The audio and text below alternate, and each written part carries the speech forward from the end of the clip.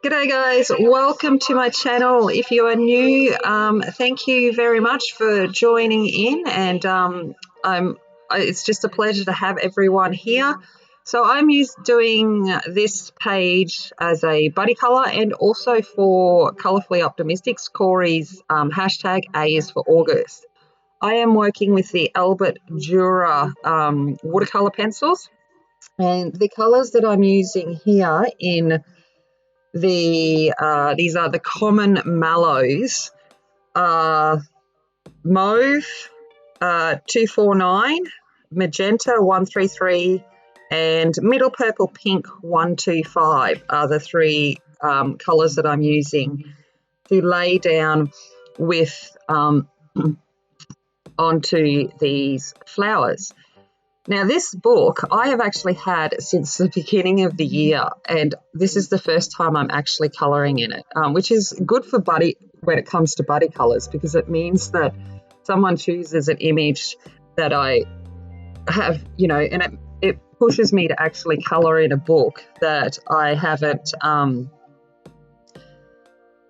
that is, what's the words I'm looking for? You know, that I've put aside and I've like gone, oh, I've got to get to it. And then someone picks a buddy colour and you're like, oh, cool, I'm getting into it. So what I'm doing here is I'm actually using an alcohol colourless blender. So this I saw Kori use with her Inktense. And I went, oh, I wonder if this would work using with watercolour pencils, especially when you're working on fine details like this, and it doesn't push the colour through to the other page, and it just allows you to activate it. And the only thing is it doesn't move the pigment. Like, so normally when you go in with a water brush, the pigment, I guess, activates it and moves around a little bit more easily. Whereas with this, it's definitely a case of it activates pigment, but it sets it in place where you've put it, which working on such a small image, like such small image, like scaled images in this page, worked really well. It meant that where I put the colour down is exactly where it stayed. And it just seemed so bright when it was activated. So generally when you activate it with water, it kind of washes out the colour a little bit. However, in this case, it actually intensifies the colour and makes it really bright. So I'm just going in and continuing to layer up these colours and doing that. And what I'll come back in and do after this is a second layer.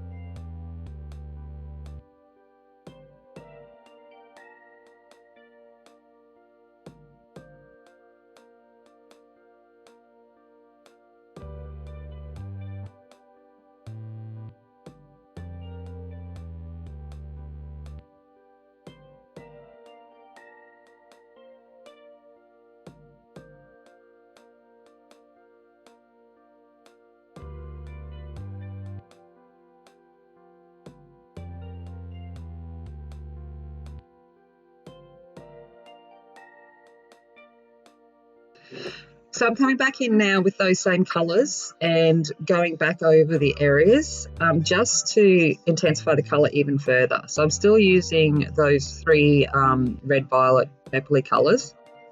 When I was looking at the colours for the common mallows, there's lots of different varieties, but I decided to go purple because I like purple.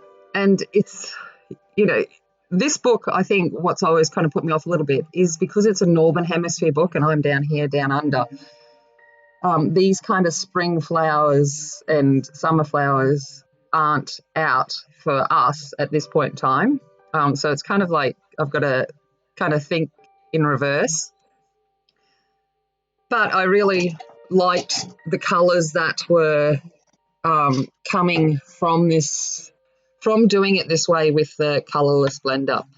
I will add a little bit of warm grey 5 into it as well, into the areas that I want more shaded, like looking like a cast shadow is being put upon them. So you will see the warm grey 5 come up soon, and I just put it in those specific places where I think the petals are going to be shaded by either other petals or the leaves around them.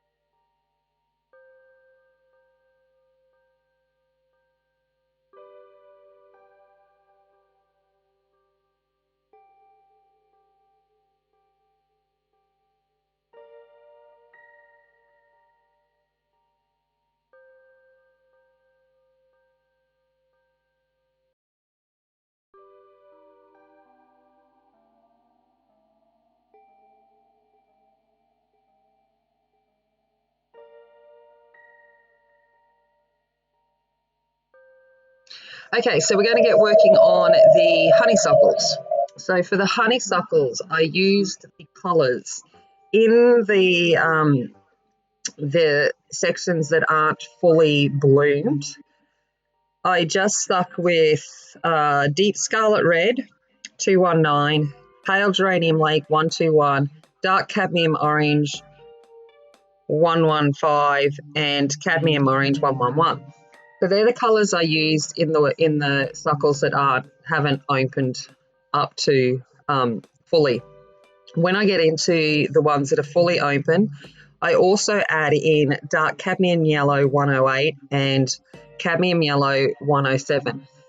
So I chose the orange and the yellow kind of honeysuckle, which is why when I was looking at the common mallow, I thought that the purple and the yellow-orange would contrast nicely against each other because purple and yellow are complementary colours. So this way, the two flowers would have their own, they wouldn't meld to each other, they would actually stand out from each other. So this is kind of why I chose those inspiration images of the different kinds of varieties of these plants. I chose the colours of these particular ones. So I'll go through and I'll do the same thing that I did with the mallow flowers, in that I'll do one layer and I'll activate it, and then I'll come back in with the second layer and re-intensify the colour, and also add some of that warm grey 5 into those places that need it for shading. In the stigma and the stamens for the opened bloomed honeysuckles, I used light yellow glaze 104 and cream 102. So they're the two colours that I used in those small areas. And again, using the colourless blender has really allowed me to be able to keep that colour very specific to that small area.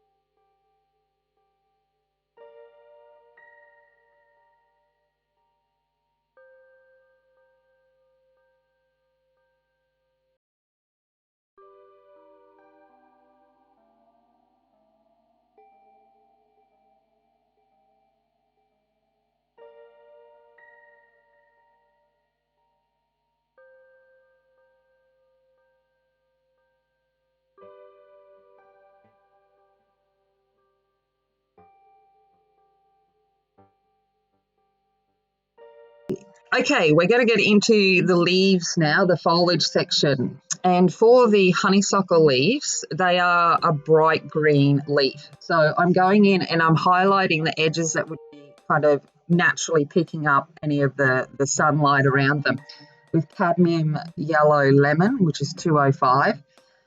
And then I'm going to use light green 171, leaf green 122, and then darken any areas with dark phthalo green 264.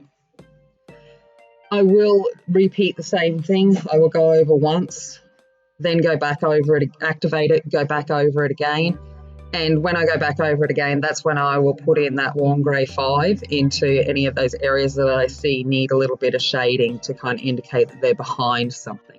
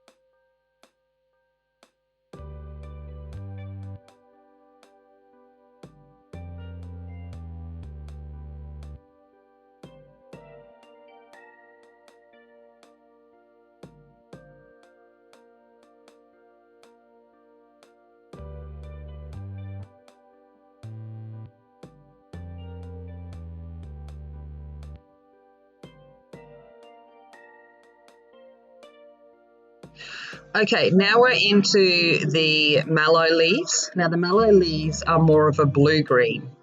So the colours that I've used in that are juniper green 165 and pine green 267.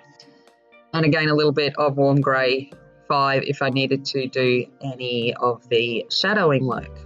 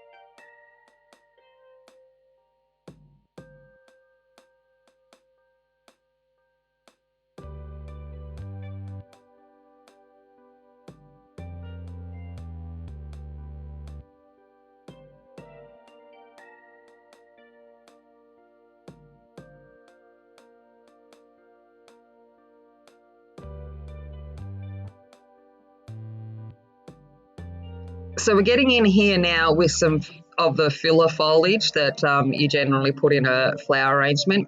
And because I wanted it to look different to the colours of the leaves for the honeysuckle and the common mallow, you chose to go more of a yellow green. So I went with earth green yellowish 168 and chromium green opaque 174. And with these ones, because they're in the background, I wasn't too finicky with it, just kind of put them in. But I still do go over it twice, and I will add a little bit of that warm grey into certain areas if I think there needs to be a little bit of that shading. There are spots where I've gone along here and I've done it the first time and realised, oh, I forgot to do that bit.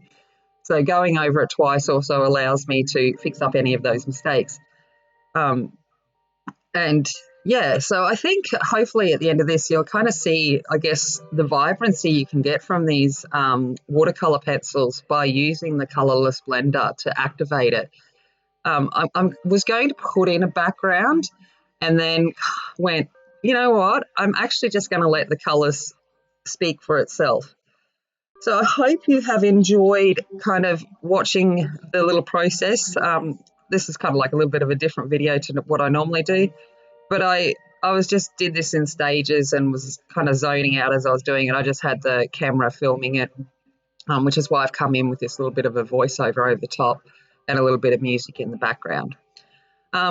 Again, thank you to everyone that has subscribed. If you haven't already, please do that and leave a comment down below. Anything like that, any suggestions that you want to give me. I just like reading comments. So it's always nice when I get to interact with you. And I'm going to leave it there. As always, remember, be kind, be strong, and be a warrior. And I will see you later.